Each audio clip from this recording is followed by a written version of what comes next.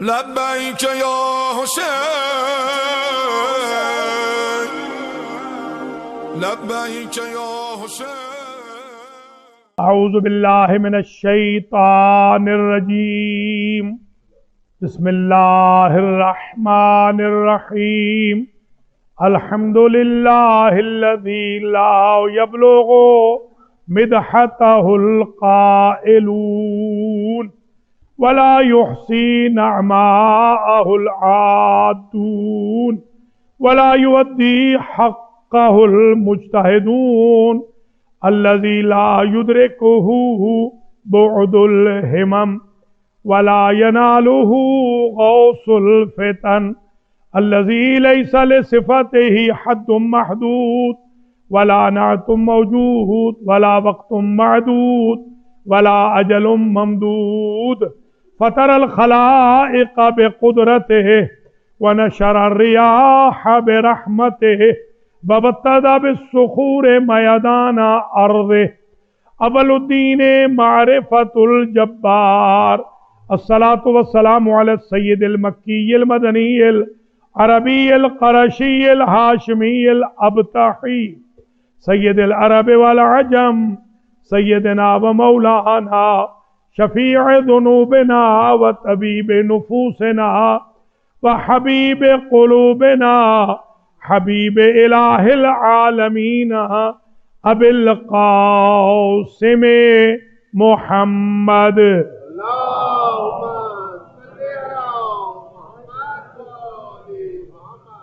ثم الصلاة والسلام على اہل بیتہ الطیبین الطاہرین المعصومین المنتجبین الذین اذهب اللہ عنہم الرجس وطہرہم تطہیرا۔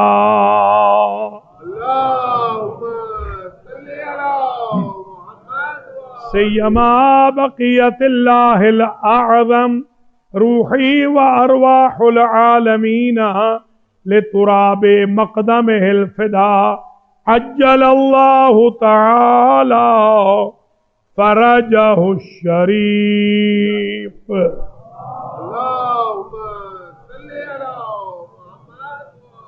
واللعنة الدائمة الباقية على أعدائهم أجمعين من يوم ظلمهم إلى قيام يوم الدين۔ اما بعد فقد قال الله سبحانه وتعالى في كلامه المجيد وفرقانه الحميد وهو أصدق الصادقين۔ بسم الله الرحمن الرحيم۔ يا أيها النبي جاهد الكفار والمنافقين وَغْلُظْ عَلَيْهِمْ وَمَأْوَاهُمُ النَّارُ وَبِئْسَ الْمَصِيرُ۔ صلوات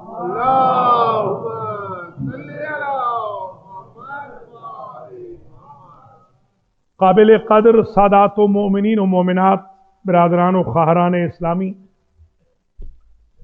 1441 ہجری کے عشرہ محرم الحرام کی شیعہ ویلفیئر ایسوسی ایشن آف مانچسٹر UK کے زیر اہتمام الحسین مسجد و امام بارگاہ میں آج چھٹی مجلس حسین علیہ السلام، اور ہم مسلسل فلسفہ احکام پر آپ کی خدمات عالیہ میں گفتگو کر رہے ہیں۔ 5 مجالس میں یعنی آدھے عشرے میں بہت سارے ایشوز ڈسکس ہوئے، بہت سارے اسپیکٹس طے ہو گئے، رولز اینڈ ریگولیشنز آف شریعت ڈسکس کیے گئے، اور یہ بھی بتایا گیا کہ یہ ریزن کیا ہے ہر حکم کی، اور فلسفہ کیا ہے، منطق کیا ہے، تاکہ مسلمان سر اٹھا کر لوگوں کو بتا سکے کہ اسلام کا جو فلسفہ احکام ہے وہ کسی اور دین کا نہیں ہے، اس لیے کہ ان الدین عند اللہ الاسلام۔ عموماً تو لوگ ترجمہ یہ کرتے ہیں کہ دین جو پسندیدہ دین ہے اللہ کے نزدیک وہ اسلام ہے۔ ترجمہ یہ نہیں ہے، ترجمہ یہ ہے کہ دین اللہ کے نزدیک صرف اسلام ہے۔ اسلام کے علاوہ اللہ کسی کو دین سمجھتا ہی نہیں، اسی لیے سماکم المسلمین آیا وَنَحْنُ لَهُ مُسْلِمُونَ۔ ہر نبی یہ نعرہ لگاتا رہا کہ ہم سارے کے سارے نبی بھی مسلمان ہیں، آدم سے لے کر خاتم تک ہر نبی مسلمان ہے۔ اب یہاں آپ سلام کریں اس علی کے آستانے کو کہ جب سارے ہی صاحبان اسلام ہیں تو اسلام مکمل ہی نہیں ہوتا جب تک علی ولی اللہ نہ پڑھا جائے۔ تو اب ایک ایشو جو آج ریز کرنا ہے بغیر کسی مقدمے کے میں شروع کر رہا ہوں۔ یا ایھا الذین آمنوا استجیبوا للہ وللرسول اذا دعاکم لما یحییکم۔ یہ حکم آیا اسلام کا، اے ایمان والو جب بھی تمہیں اللہ اور اللہ کا رسول پکارے تو فوراً لبیک کہو، اور وجہ بھی بتائی لما یحییکم، اس سے تمہیں اللہ زندگی عطا کرے گا۔ پتہ چلا اللہ اور نبی کی پکار پر لبیک کہنا دلیل حیات ہے اور لبیک نہ کہنا دلیل ممات ہے۔ اس لیے ان کے نام مٹ گئے جو نبی کو چھوڑ کے چلے گئے تھے، اور جو علی ہمیشہ نبی کی پکار پہ لبیک کہتے رہے وہ آج بھی زندہ ہے، قیامت تک زندہ رہے۔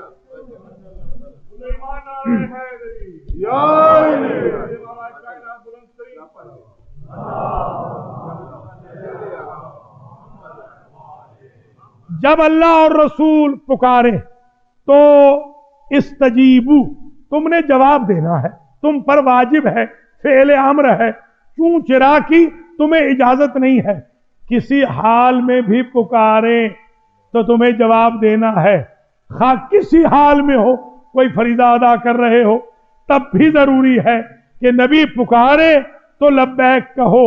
حضرت ابی ابن کعب یہ صحابی رسول ہیں، بہت بزرگ ہیں، یہ نماز پڑھ رہے تھے، حضور نے کہا ابی، انہوں نے نماز کو مختصر کیا، دوسری آواز دی ابی، وہ جب آئے مکرر پکارنے کے بعد تھوڑی سی دیر کے بعد سرکار نے فرمایا اما سمعت صوتنا الاولی، یہ پہلے والی ہماری آواز تم نے نہیں سنی تھی؟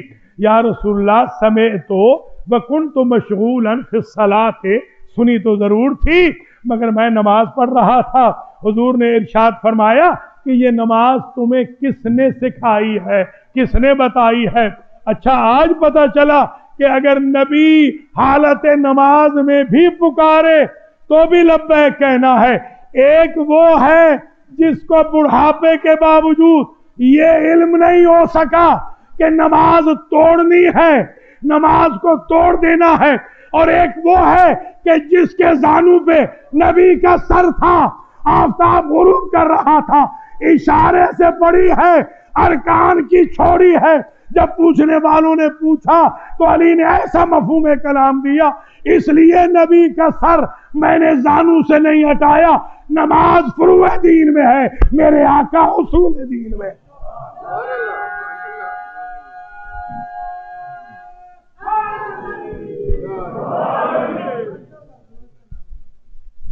تو جب بھی نبی پکاریں، یہ آپ بھی سمجھ لیجئے، امام بھی، یہ بات مجھ سے آج سمجھ لیجئے، امام زمانہ آ جائیں کل اور آپ پڑھ رہے ہو نماز، تو آپ نماز توڑیں گے یا نماز کو مینٹین رکھیں گے؟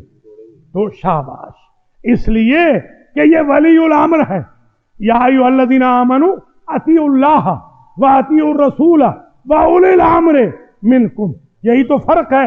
اللہ کی اطاعت ہے عبادت کی شکل میں، محمد و آل محمد کی اطاعت ہے ان کے فرمان پورا کرنے کی شکل میں، خواہ وہ ظاہر ہوں یا غائب ہوں. تبھی تو آپ دیکھتے نہیں ہیں ہمارے امام غائب ہیں مگر ہر ہم ایکشن جو کرتے ہیں ہم کہتے ہیں امام زمانہ کے حضور میں کر رہے ہیں، اس لیے کہ ہم جانتے ہیں وہ ہمیں دیکھ رہے ہیں.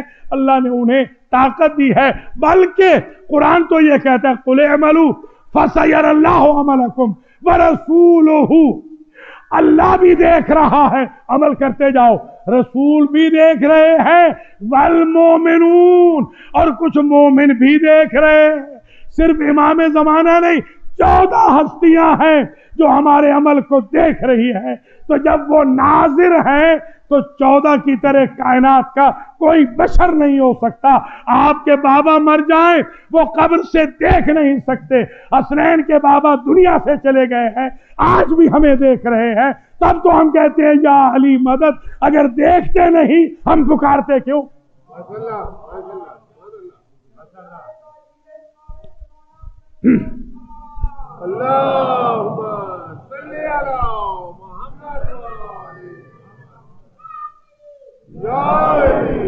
اب قرآن مجید نے ایک شکوہ بھی کیا ہے.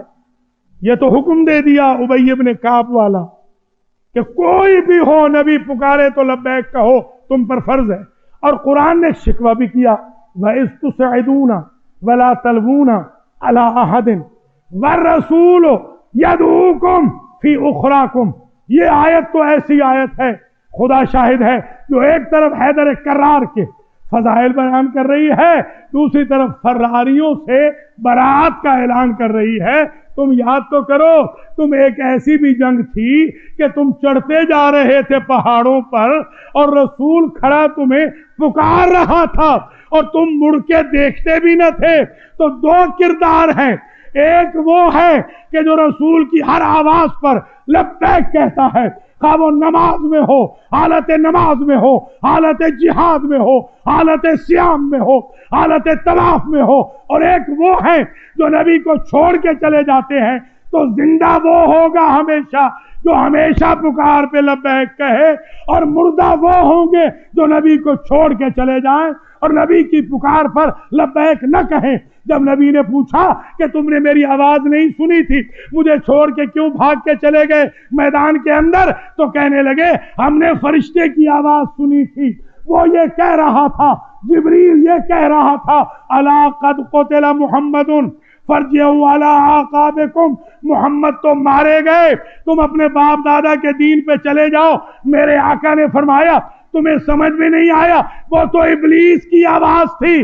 تو جو ابلیس اور جبریل میں فرق نہیں کر سکتے تھے، تم نے کس اسٹینڈرڈ پر ان کو منبر خلافت پہ بٹھا دیا؟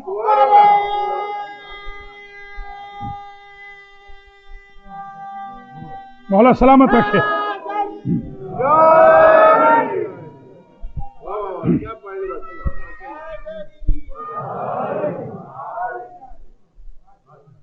یہ عجیب منزل فکر ہے. فلسفہ احکام یہ حکم قرآن ہے، یہ حکم الہی ہے، یہ حکم شریعت ہے، یہ حکم دین ہے، یہ حکم اسلام ہے. ایک حکم اور سن لیجئے. حضرت موسیٰ علیہ السلام تشریف لے جا رہے ہیں کوہ طور پر، اور اللہ کی آواز آتی ہے فَاخْلَعْ نَعْلَيْكَ إِنَّكَ بِالْوَادِ الْمُقَدَّسِ طُوَىٰ. وہ انفال کی 24 تھی اور یہ طٰہٰ کی 12 اس وقت پڑھ رہا ہوں. فَاخْلَعْ نَعْلَيْكَ، اپنے جوتے اتار دیجئے. جب آپ آ رہے ہیں یروشلم کی وادی میں ہم سے ملنے کے لیے کلیم اللہ، تو اپنے جوتے اتار دیجئے. ایک بات سمجھ میں آ گئی. ہم سے لوگ پوچھتے ہیں کہ آپ امام بارگاہ میں جوتے کیوں اتارتے ہیں؟ ہم یہ سمجھتے ہیں ہم لقائے رب کے لیے جا رہے ہیں. جب بندہ اللہ کو ملنے جاتا ہے تو جوتے اتار کے جاتا ہے، جیسے موسیٰ جوتے اتار کے گئے. اور وہ وادی مبارک ہوتی ہے جس میں جوتے اتارے جاتے ہیں. یہ مجلسیں مبارک ہیں، ہم اس لیے جوتے اتار کر آتے ہیں. تو موسیٰ جوتے اتار کر ہماری بارگاہ میں آؤ، جوتے اتار دیے. اب اس میں اتنی لمبی بحث ہے، آپ تفاسیر دیکھیے تو کسی نے تو لکھا اس سے مراد حب دنیا ہے، حب جاہ ہے، پوسٹ کا مقام، کسی نے لکھا یہ گدھے کے چمڑے کے بنے ہوئے تھے، کسی نے کہا یہ گائے کے چمڑے تھے، مختلف. میں خیر وہ تو بات مانتا نہیں. مکروہ نبی نہیں کرتے. یہ جو گدھے والے ہیں نا، یہ بالکل درست نہیں ہے بات. حلال کے ہوں گے ضرور، اگر ہیں وہی مراد ہے. فزیکلی مراد لیں، اسپرچولی مراد لیں. جب اللہ کے دیدار کے لیے آ رہے ہو تو اسٹینڈرڈ یہ ہونا چاہیے شریعت کا کہ جب اللہ نے کلیم اللہ سے کہا کہ تم جوتے اتار کے آؤ، تو جب حضور بھی جائیں معراج پہ تو جوتے اتار کے جائیں. میں حیران ہوں، حضور جوتے اتارنے لگے، جبریل نے کہا اللہ کا حکم ہے آپ نے جوتوں سمیت آنا ہے.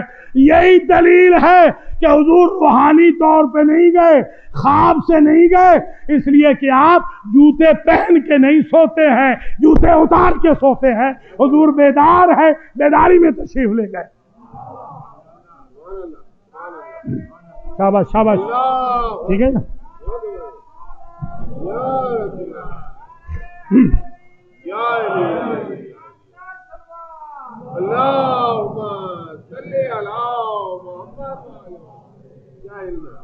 وہ حکم شریعت ہے جوتے اتار کے آؤ، یہ بھی حکم شریعت ہے کہ جوتوں کے ساتھ آؤ. تو اسٹینڈرڈ سمجھ میں آ گیا. جب موسیٰ حضور کی ہمسری نہ کر سکے تو یہ 2 ٹکے کا مولوی کیسے کہتا ہے میں محمد جیسا ہوں؟ موسیٰ علیہ السلام ہمسری نہیں کر پا رہے، وہ جوتے اتار کے جا رہے ہیں، یہ جوتوں کے ساتھ جا رہے ہیں. اب جوتوں کے ساتھ چلے گئے تو جوتے میرے آقا کے اوپر چلے گئے، ساری کائنات نیچے رہ گئی، آسمان نیچے رہ گئے، قبریں نیچے رہ گئیں، قبرستان نیچے رہ گئے، ساری وحییں نیچے رہ گئیں، سارے الہام نیچے رہ گئے، سارے ولی نیچے رہ گئے، قبور انبیاء نیچے رہ گئی، ساری کائنات نیچے رہ گئی، حتیٰ کہ عرش بھی نیچے رہ گیا اور میرا آقا اوپر چلا گیا. عرش پہ تو نہیں ہے نا، اللہ کوئی عرش پہ تو نہیں بیٹھا، ہمارا تو یہ نظریہ بالکل نہیں ہے. عرش صرف مرکز نور ہے، اللہ تو ہر جگہ موجود ہے. یہ تو ما فوق العرش بھی گئے ہیں، وہاں گئے ہیں کہ جہاں پرانا ساتھی کہتا ہے لو دنوت انبلۃ لاحترقت، اگر میں ایک بالشت آگے بڑھ جاؤں تو میں بھی جل جاؤں. ہے یہ فرشتہ، نام ہے جبریل، کچھ اسے روح القدس کہتے ہیں. جاب اس کا یہ ہے، ہر نبی کا حلال مشکلات ہے، وہی کا لانا اس کا کام ہے، رازدار قدرت ہے. اور وہ یہ کہہ رہا ہے کہ اگر اب آگے میں ایک بالش چلا جاؤں تو میں بھی جل جاؤں گا. تو اگر ساتھ رہنا جلنے سے بچاتا ہوتا تو جبریل کہتے میں تو پرانا ساتھی ہوں، مجھے کیسے جلایا جا سکتا ہے؟ اللہ اکبر، اللہ اکبر. تو مجھے کیسے جلایا جا سکتا ہے؟ پتہ چلا ساتھ رہنا جلنے سے نہیں بچاتا. چاہیے مخلوق کو اپنی اوقات سمجھ کے چلے نبی کے ساتھ. سمجھے ذرا، خدا را سمجھے. اللہ اکبر. 6 دن بہت بڑا ایشو آج حل ہو گیا. چاہیے کہ وہ بندہ جو ساتھ چلے، خواہ وہ فرشتہ ہو، خواہ وہ عبد ہو، خواہ وہ آدمی ہو، خواہ وہ کسی بھی مخلوق، جو مخلوق ہے نبی کے ساتھ چلے تو اپنی اوقات دیکھ کر چلے. سرکار وہاں چلے گئے، سرکار وہاں چلے گئے، جوتا اوپر چلا گیا اور سرکار کے نیچے پوری کائنات آ گئی. تو اب میں جملہ کیسے کہوں؟ ساری کائنات نیچے رہ گئی، میرے محمد کا جوتا اوپر ہو گیا. اور کیوں نہ ہو، اسی جوتے کے صدقے میں تو اللہ نے پوری کائنات بنائی ہے. اللہ اکبر، اللہ اکبر. مولا سلامت رکھے. اب حضور سے کسی نے پوچھا، حضور سے ہوا اس طرح کہ حضور کا جوتا ٹوٹ گیا. جب حضور کا جوتا ٹوٹا، حضرت علی علیہ السلام جوتے کی مرمت فرما رہے تھے تو صاحب آئے، بلکہ صاحبان آئے. انہوں نے کہا سرکار یہ علی کیا کر رہے ہیں؟ کہا یہ خصف نعل کر رہے ہیں، یعنی میرے جوتے کو ٹھیک کر رہے ہیں. میں نے ایک ذمہ داری سے بات کہہ رہا ہوں، آج پہنچ گئی تو شیعہ ویلفیئر ایسوسی ایشن کے تمام ارکان اور جو اس وقت فرش اعضاء پہ ہیں ساری زندگی مجھے دعائیں دیں گے. میں نے خدا کی ذات گواہ ہے نہیں دیکھا کسی روایت میں کہ نبی نے زندگی میں علی کے علاوہ اپنا جوتا کسی اور کو دیا ہو. ذرا سمجھے خدا را، جو اپنا جوتا کسی اور کو نہیں دیتا وہ اپنی امت کسی اور کے حوالے کیسے کرے؟ اللہ اکبر اللہ۔ مولا سلامت رکھے بھائی، سبحان اللہ، آباد و شاد رہے ماشاءاللہ۔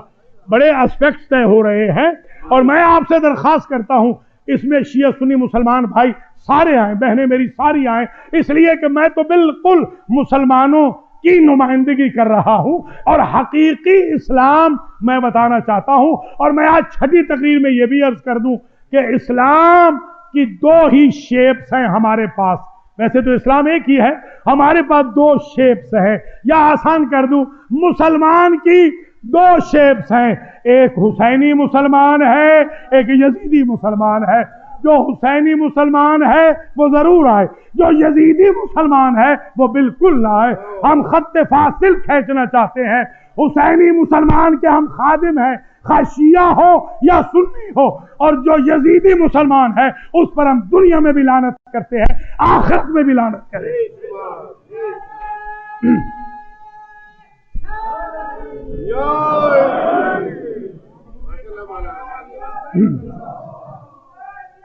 زندہباد، مردآباد، مردآباد۔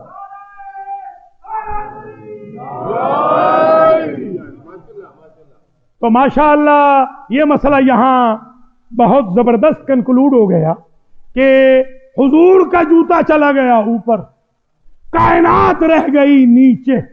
اچھا یہ بھی غلط فہمی دور کر لیں، بہت سارے ہمارے بھائیوں کو اللہ ہدایت کرے، ہمارے بھائیوں کو جھوٹی روایتوں پر ہماری قوم زیادہ خوش ہوتی ہے اور سچی روایتوں پہ کم خوش ہوتی ہے۔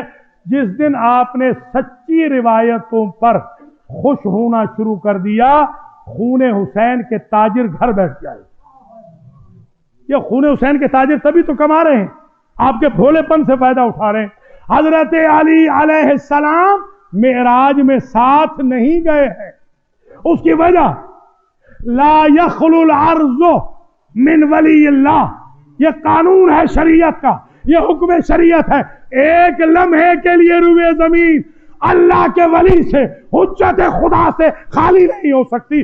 یہی تو دلیل ہے حیات امام زمانہ ہے، سمجھ رہے ہیں یا نہیں؟ لہذا وہ وہاں نہیں گئے ہیں، وہ یہاں رہیں تو بھی فضیلت ہے، وہ چلے جاتے تو بھی فضیلت ہوتی، نبی معراج پہ نہ جاتے تو بھی افضل انبیاء تھے، چلے گئے ہیں تو بھی افضل انبیاء ہیں۔ بلکہ میں تو یہ سمجھتا ہوں کہ دونوں بھائیوں نے تقسیم کر لیا کہ آسمانوں کی ذمہ داری آج شب میں ہم نبھا لیتے ہیں، زمین کی ذمہ داری تم نبھا لو، اس لیے کہ بو تراب ہم نہیں ہے، بو تراب تم ہو۔ اللہ اکبر، اللہ اکبر۔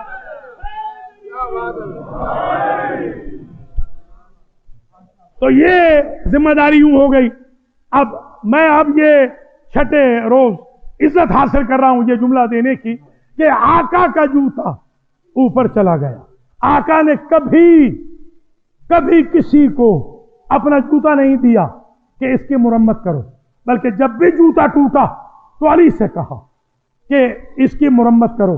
تو میں تو ایک بات اور سمجھ گیا ہوں، اور یہی وجہ ہے کہ حضور سے پوچھا، سرکار اب آپ کے آخری دن ہیں، حضرت علی جوتا ٹانک رہے ہیں، جوتا مرمت کر رہے ہیں، اور پوچھا جا رہا ہے نبی سے، سرکار آپ کی زندگی کے آخری دن ہیں، بتائیے آپ نے اپنی امت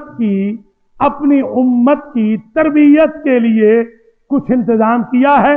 خدا کی قسم جو نبی نے جملہ کہا ہے اگر سمجھ لیا تو پورے عشرے کی تھیم آج پتہ چل جائے گی۔ سرکار نے بڑی شان بے نیازی سے کہا، ہاں میں نے انتظام کیا ہے۔ کا انتظام کہاں ہے؟ فرمایا ھذا خاسف النعل، یہ جو میرا جوتا مرمت کر رہا ہے یہی میری امت کی مرمت کرے گا۔ اللہ اکبر، اللہ اکبر، مسئلہ ہی حل ہو گیا۔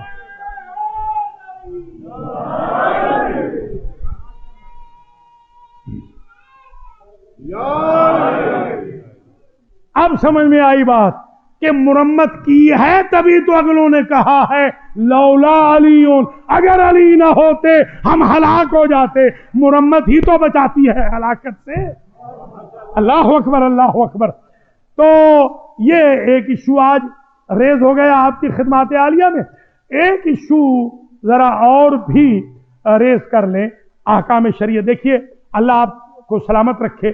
ماشاءاللہ آپ بڑے قدردان ہیں. میں نے آج دیکھا ہے، آج ہماری ماشاءاللہ جماعت کی صفیں بڑھ گئی. میں آپ کو سالوٹ پیش کرتا ہوں. مجھے امریکہ والے پوچھتے ہیں کہ آپ کو پیسے کتنے دیتے ہیں؟ میں نے کہا پیسے نہیں دیتے، محبت کرتے. پیسے کی بات میں پیسے کے لیے نہیں پڑھتا ہوں. میں الحمدللہ قربتاً اللہ پڑھتا ہوں. ہم ظاہر ہے کہ محمد و آل محمد کے نوکر ہیں. اگر آپ کو آپ کی یہودی کمپنیاں یا عیسائی کمپنیاں دے سکتی ہیں آپ کے مہینے کا خرچہ، ہمیں بھی امام حسین دے سکتے ہیں. اللہم صلی علی محمد. میں تو محبت کے لیے یہاں آتا ہوں، مگر مجھے خوشی ہو رہی ہے کہ باتوں کا اثر ہو رہا ہے. اللہ کا لاکھ لاکھ شکر ہے کہ آج ہماری نماز کی جو زبردست تعداد تھی وہ بڑھ گئی ہے. میں نے کہا تھا 4 ہو جائیں، تو آج الحمدللہ 4 تو ہو گئے. اب میں چاہتا ہوں 4 سے 8 ہو. اللہم صلی علی محمد.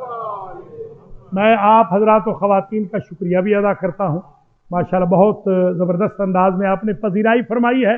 بلکہ یہیں پر میں بات روک کے ایک گزارش یہ بھی کروں گا کہ آپ کے اس سنٹر کو، اس مسجد کو، اس امام بارگاہ کو ماشاءاللہ بہترین کام تو ہو چکا ہے. £1,00,000 کے لگ بھگ تو انتظامیہ خرچ کر چکی ہے آپ کی مہربانی سے، جو آپ نے ڈونیشن دیا ہے. اور میں آپ سے درخواست گزار ہوں کہ ممبرشپ کے علاوہ بھی نیاز امام حسین علیہ السلام سمجھ کے بھی ذرا آپ مہربانی فرما دیجئے. نیاز امام حسین کر کے ہر فیملی لے آئے. نیاز امام حسین، نیاز صرف کھانے والی کے ساتھ نہیں ہوتی، یہ ہمیں جو دی جاتی ہے یہ بھی تو نیاز ہی ہوتی ہے نا. جو پیسے بھی دیے جاتے ہیں وہ بھی نیاز ہیں. وہ نیاز لے آئیے تاکہ انشاءاللہ یہ ہمارا قافلہ بہترین انداز میں رواں دواں رہے. بلکہ میں چیئرمین صاحب سے گزارش کروں گا، جناب سید افتخار علی کاظمی شاہ صاحب سے، کہ وہ تشریف لائیں اور وہ اپنے انداز میں چند منٹ کے لیے آپ کو بتائیں. پھر میں انشاءاللہ فضائل کی گونج میں اور نعروں کی گونج میں انشاءاللہ اختتام پذیر کروں گا. اللہم صلی علی محمد. بسم اللہ الرحمن الرحیم. مومنین کرام، یہ جو امام بارگاہ ہے یہ سب آپ لوگوں کا ہے. یہ امام بارگاہ کے آپ مالک ہیں، اور آپ کے سامنے اس کا جو چھت ہے اس پہ 70,000 پاؤنڈ لگا ہے، اور جو ٹائلٹیں ہیں اس میں 20,000 لگا ہے، اور باہر والی جو گرلیں ہیں اس میں 7,000 لگا ہے. اور یہ سب پیسہ مومنین نے دیا ہے، اور مومنین انشاءاللہ تعالی ہمیشہ دیتے رہے ہیں. میری یہ درخواست ہے صرف کہ یہ جو گیلری بننی ہے اور یہ جو نیچے والا کارپیٹ ہے، یہ دونوں چیزیں رہ گئی ہیں. اور آپ لوگ اگر تھوڑی سی کوشش کریں اور ڈونیشن پراپر اس طرح دیں جس طرح شاداب رضوی صاحب ہیں، یہ رمضان کے مہینوں میں ہمیشہ کہتے ہیں جتنی آپ کی وہ رمضان کی خالی ہیں جگہ وہ پر کر لیں، میں اس کے لیے نیاز لے آتا ہوں. جیسے تسین بھائی ہیں، انہوں نے ہمیشہ 10 محرم کو نیاز دی ہے. شیخ پرویز صاحب ہیں ہمارے ادارے کے لیے جتنی کمی ہوتی ہے ہماری وہ پوری کر دیتے ہیں.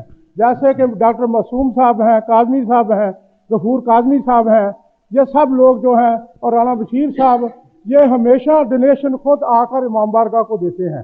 میں آپ لوگوں سے یہ درخواست کرتا ہوں کہ محرم کا خرچہ 100 پاؤنڈ جو کہ 18 سال سے اوپر بچے ہیں ان کو سب کے لیے 100 پاؤنڈ ہے. 100 پاؤنڈ اس کا ڈونیشن ہے محرم کی، اور 120 پاؤنڈ جو ہے وہ محرم کا جو چندہ ہے 10 پاؤنڈ مہینہ دے لیں بے شک، یا 120 پاؤنڈ ممبرشپ دے لیں. یہ پیسے آپ دیتے ہیں تو امام بارگاہ کا خرچہ سارا چلتا ہے. لہٰذا یہ دونوں چیزیں ہم نے بنانی ہے. لیڈیز سے میں بڑا مشکور ہوں کہ ان کی جگہ بڑی تھوڑی ہے. یہ گیلری بن جائے گی تو لیڈیز حضرات اس کے اوپر آ جائیں گے، ان کے لیے بھی جگہ نف ہو جائے گی، اور ہمارے امام بارگاہ میں انشاءاللہ تعالیٰ اس کے بعد کوئی کام نہیں رہ جائے گا. تو یہ آپ سے درخواست ہے کہ باقی اداروں میں بھی ڈونیشن دی جاتی ہے. ہمارے تو جمعہ میں ذرا مشکل ہو جاتا ہے، حساب کتاب زیادہ ہوتا ہے لیکن ڈونیشن بڑی کم ہوتی ہے. بہت سے لوگ ہیں جو کہ تھوڑے سے شرماتے ہیں. تو لہٰذا آپ سب سے درخواست ہے جتنے بچے 18 سال سے اوپر ہیں ان سب کے لیے 100 پاؤنڈ ڈونیشن اور 120 پاؤنڈ سال کا چندہ ہے. اور امام بارگاہ میں اگر کسی قسم کی کوئی کمی رہ جائے تو ہم ذمہ دار ہیں. ہم جتنے لوگ امام بارگاہ میں کام کرتے ہیں وہ سب آپ کے خادم ہیں اور نوکر ہیں، اور آپ کو سروس اچھی سے اچھی انشاءاللہ ادا دیں گے. شکریہ. Very good. جی ماشاء اللہ.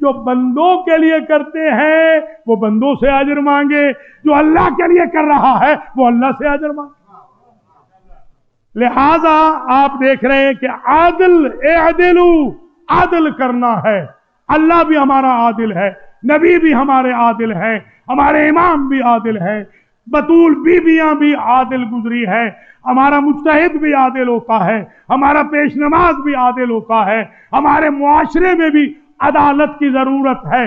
ہم چاہتے ہیں ہر بندہ عادل ہو۔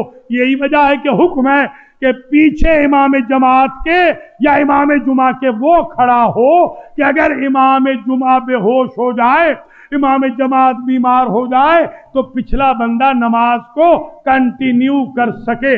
تو پچھلے کو بھی پیش نماز کی طرح ہونا چاہیے۔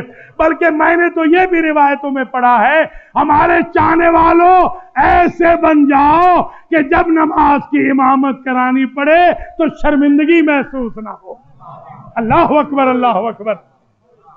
فلولا نفر من كل فرقة منهم طائفة ليتفقهوا في الدين ولينذروا قومهم اذا رجعوا اليهم۔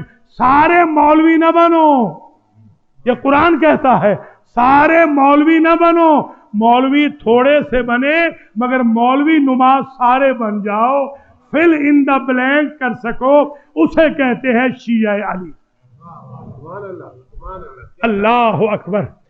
دیکھیے حضرت امیر مختار کے بارے میں آپ نے تو صرف یہی سنا ہے نا کہ وہ مارتے بہت تھے، جیسے مولا کائنات کے بارے میں تعارف صرف یہ کرایا کہ صرف مارتے ہی تھے۔ بھائی وہ عادل بھی تھے، وہ عابد بھی تھے، وہ نماز بھی پڑھتے تھے۔ یہ انہی ہی کا تو جملہ ہے کہ کفا بی عزن ان تکون علی ربا، علی کے لیے اس سے بڑی عزت کیا ہے بار الہا کہ تجھ جیسا کریم اس کا رب ہو۔ سبحان اللہ۔ کوئی توحید سیکھے تو سید الموحدین سے سیکھے، علی سے کوئی توحید سیکھے۔ وَكَفَى بِفَخْرًا أَنْ أَكُونَ لَكَ عَبْدًا، اس سے بڑے میرے لیے فخر کی بات کیا ہے کہ تیرے علاوہ کسی کا سجدہ نہیں کرتا، بندہ ہوں تو صرف تیرا۔ کائنات میں کل ایک بندہ ایسا گزرا ہے، لوگ کہتے تھے تو خدا ہے، وہ کہتا رہا میں بندہ ہوں، خدا نہیں ہوں۔ اللہ اکبر۔ یہ ہے مولا علی علیہ السلام۔ لہذا کوئی یہ جرات نہ کرے کہ مولا علی کو رب کہے، مولا علی کو اللہ کہے، نعوذ باللہ، مولا علی کو عز و جل کہے، مولا علی کو جل جلالہ کہے۔ وہ تو اللہ کو منوانے آئے تھے، خود اللہ بننے نہیں آئے تھے۔ الحمدللہ۔ تو آپ نے یہ ملاحظہ فرمایا عدل۔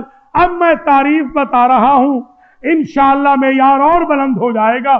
شرح الامہ میں شہید نے لکھا کہ تعریف کیا ہے عدل کی؟ وضع الشیء فی محلہ عدل، کسی شے کا پراپر اس کے مقام پر رکھنا عدل ہے۔ اللہ اکبر۔ مسئلہ ہی حل ہو گیا، سارے جھگڑے ہی ختم ہو گئے۔ کون ممبر پہ بیٹھ سکتا ہے، کون نہیں، کون اولی الامر بن سکتا ہے، کون نہیں، کون امام ہو سکتا ہے، کون نہیں، کون خلیفہ بن سکتا ہے، کون نہیں، کون ممبر کا حقدار ہے، کون نہیں، کون مصلی پہ آ سکتا ہے، کون نہیں۔ مسئلہ ہی حل ہو گیا۔ وضع الشیء فی محلہ عدل ووضع الشیء فی غیر محلہ ظلم۔ ایک پراپر جگہ سے شے کو ہٹا دیں تو یہ ظلم ہے، پراپر جگہ پہ رکھے تو یہ عدل ہے۔ یہ امامہ ہے، اس کا مقام ہے سر، اگر کوئی اسے پاؤں میں رون دے تو وہ ظالم ہے، اور اگر کوئی جوتوں کو سر پہ رکھ دے تو وہ ظالم ہے۔ جب سے امت نے جوتوں کو سر پہ رکھا تب سے امت کی جوتیوں میں دال بٹ گئی۔ اللہ اکبر، اللہ اکبر۔ مولا سلامت رکھتا۔ اللہم صلی علی محمد وآلہ محمد۔ ہاں جوتیاں سر پہ رکھنی ہے تو نبی کی، وہ امامے کے اوپر بھی آ جائیں تو عزت ہے، اس لیے کہ وہ عرش سے اوپر گئی تو عرش کی توہین نہیں ہوئی۔ اللہ اکبر، اللہ اکبر۔ یہاں یہ ایشو بھی آج میں ریز کر دوں۔ آپ حالت نماز میں ہیں، مثلا آپ کی نماز کے احکام بڑے سخت ہیں۔ آپ کو معلوم ہے کل احکام نماز کے کتنے ہیں؟ کل احکام 4000 احکام ہے نماز. ٹھیک ہے نا؟ 4000 حدود الصلاۃ، یہ علل الشرائع میں لکھا ہے. ان میں ایک حکم یہ ہے کہ اگر حالت نماز میں مثال کے طور پر آپ کا کوئی بیٹا، پوتا، نواسا آپ کی پشت پہ آ جائے، حکم شریعت یہ ہے اسے گرا دیں. یہ شریعت کا حکم ہے، فلسفہ احکام یہ ہے اسے گرا دیں. تو جو چیز آپ کے لیے واجب ہے وہ نبی کے لیے واجب نہیں ہوگی. تو نبی نے حسین کو کیوں نہیں گرایا؟ اس لیے کہ حسین نواسا ہوتے تو گرا دیتے. یہ دین مجسم بیٹھا تھا، دین کا گرانا نبی کے لیے بھی جائز نہیں ہوتا. اللہم صلی علی محمد.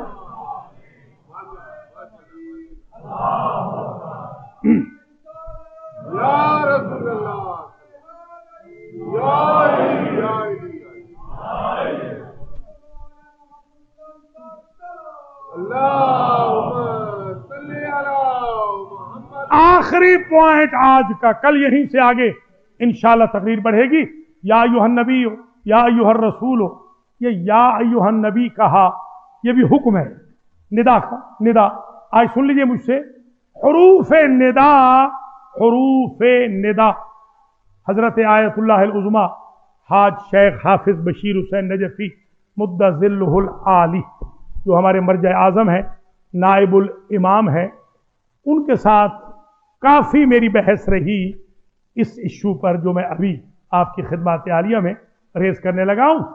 تو مولانا بھی تشریف فرما ہے. جتنی بھی نحو کی کتابیں ہیں، جتنی بھی، ان میں یہ لکھا ہے کہ پکارنے کے لیے کل جو لفظ ہیں کل وہ 5. جیسے نمازیں کتنی ہیں؟ 5. جنازے کی تکبیریں کتنی ہیں؟ 5. کو پھر نماز بھی پنجتنی ہوئی نا، جنازہ بھی پنجتنی ہوا نا، اور ندا بھی پنجتنی ہوئی. ندا یا حیا حیا اے حمزہ مفتوح، یہ 5. چھٹا کوئی نہیں، 3 نہیں، 4 نہیں، 2 نہیں، حروف ندا کل 5. یا کامن ہے، یا کامن ہے. یا ایھا رسول بھی کہا، یا ایھا نبی بھی کہا. قرآن میں جب پکارا ہے انبیاء کو تو یوں پکارا، یا آدم اسکن انت وزوجک الجنہ، اے آدم تم اور تمہاری زوجہ جنت میں رہو، سکونت اختیار کرو. یا آدم اسکن انت وزوجک الجنہ. یا نوح اہبط بسلام منا وبرکات علیہ. یا ابراہیم قد صدقت الرؤیا. یا موسیٰ انی اصطفیتک علی الناس برسالاتی وبکلامی. یا عیسیٰ انی متوفیک ورافعک الی. یا داوود انا جعلناک خلیفۃ فی الارض. یا زکریا انا نبشرک بغلام اسمہ یحییٰ. یا یحییٰ خذ الکتاب بقوۃ. جتنی مرتبہ جتنے نبیوں کو قرآن میں اللہ پکار رہا ہے ان کے نام سے پکارتا ہے، مگر پورے قرآن میں یا محمد نہیں کہا. کیا مطلب ہے؟ اس لیے کہ عرب میں نام سے پکارنا، توجہ رہے، نام سے پکارنا عرب اچھا نہیں سمجھتے. مثلا شاہ جی ہمارے چیئرمین صاحب ہیں، کوئی بچہ مجھے کہے سخاوت بات سن تو یہ غصے میں آ جائیں. تو بھئی ہمارے قبلہ ہیں، مولانا ہیں، کچھ علامہ کہو، مولانا کہو، آغا کہو، یہ کیا سخاوت بات سن؟ ایسے تھوڑی. مگر میرے گھر میں اگر مجھے میری ماں بلائے سخاوت بات سن تو میں خوشی سے جاؤں گا. تو یہ ہے. عموماً معاشرے میں ہمارے ہاں بھی نام سے پکارنا اچھا نہیں لگتا، عہدے سے پکارنا اچھا ہوتا ہے. یہ قبلہ کہہ دیتے ہیں، آپ کعبہ کہہ دیتے ہیں. میرے شاگرد ہیں بیچارے، آج میں پڑھا رہا تھا، امتیاز شاہ صاحب ذرا پریشان ہو رہے تھے. اپنے شاگردوں کو بتاتا ہوں آج مصائب کیا پڑھنا ہے، فضائل کیا پڑھنا ہے، تو وہ ذرا بھولے بھی ہیں. پہلی دفعہ جاتے ہیں تو کہتے ہیں حضور انہوں نے تو ہمیں قبلہ و کعبہ سمجھا تھا. میں نے کہا قبلہ و کعبہ سے مراد یہ ہے کہ قبلہ ایک مرتبہ نہاتا ہے اور ایک جوڑا پہنتا ہے. خانہ کعبہ ایک مرتبہ سال میں نہاتا ہے، ایک ہی غلاف ہوتا ہے، وہ یہ قبلہ سمجھ رہے ہیں، دوسرا قبلہ نہ سمجھ لینا، ورنہ تمہاری طرف کسی نے رخ کر کے نماز پڑھی.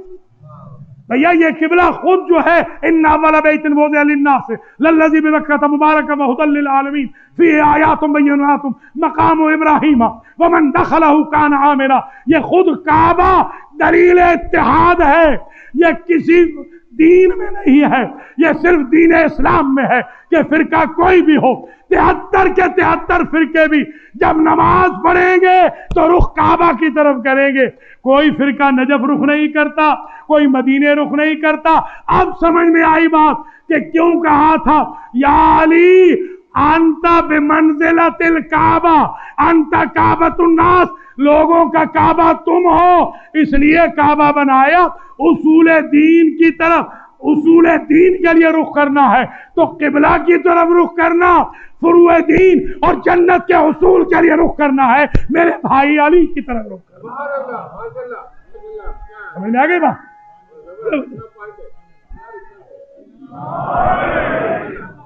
ہر ایک کو پکارا، یا آدم، یا نوح، یا ابراہیم، یا یحییٰ، یا زکریا، یا داؤد، یا موسیٰ، یا عیسیٰ، یا ایھا المؤمنون، مگر میرے نبی کو جب بھی پکارا یا ایھا النبی، یا ایھا الرسول، کبھی کہا یاسین، کبھی کہا طٰہٰ، کبھی چادر اوڑھ لی تو کہا یا ایھا المزمل، دوسرے طریقے سے اوڑھ لی تو کہا یا ایھا المدثر۔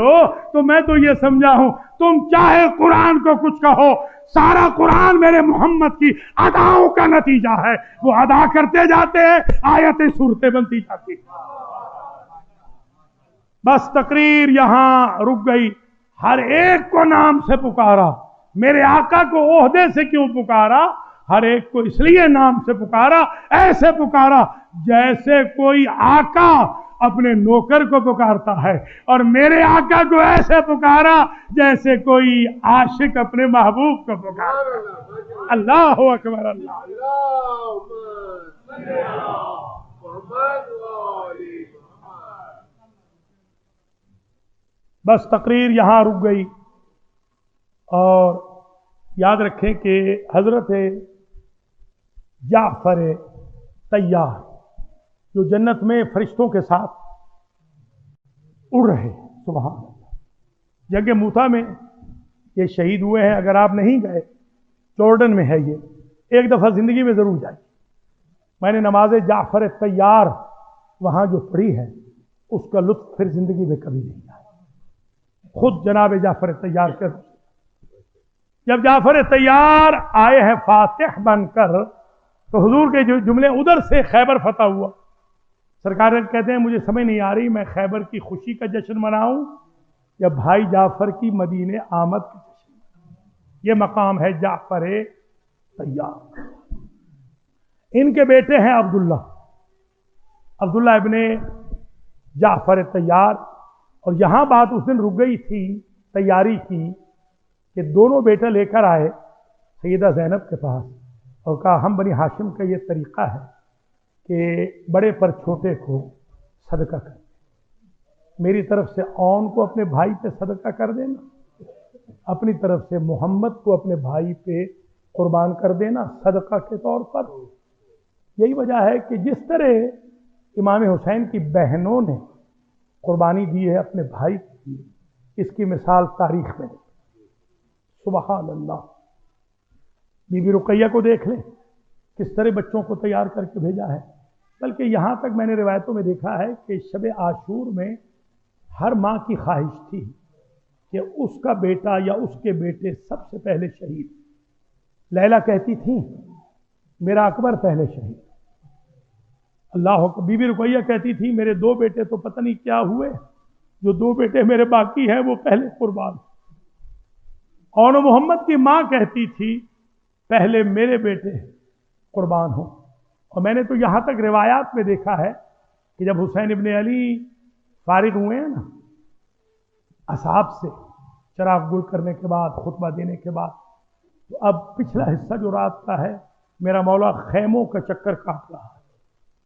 عجیب منظر دیکھتا ہے، جب بہن کے خیمے کے باہر پہنچے تو میرے مولا نے جب منظر دیکھا کہ ان کی بہن زینب نے دونوں بچوں کو بٹھا رکھا ہے اور تبرکات کے صندوق میں سے 2 امامے نکالے ہیں، 2 تلواریں حمائل کی ہیں، اور بی بی بار بار یہ کہتی ہے کہ اون محمد تم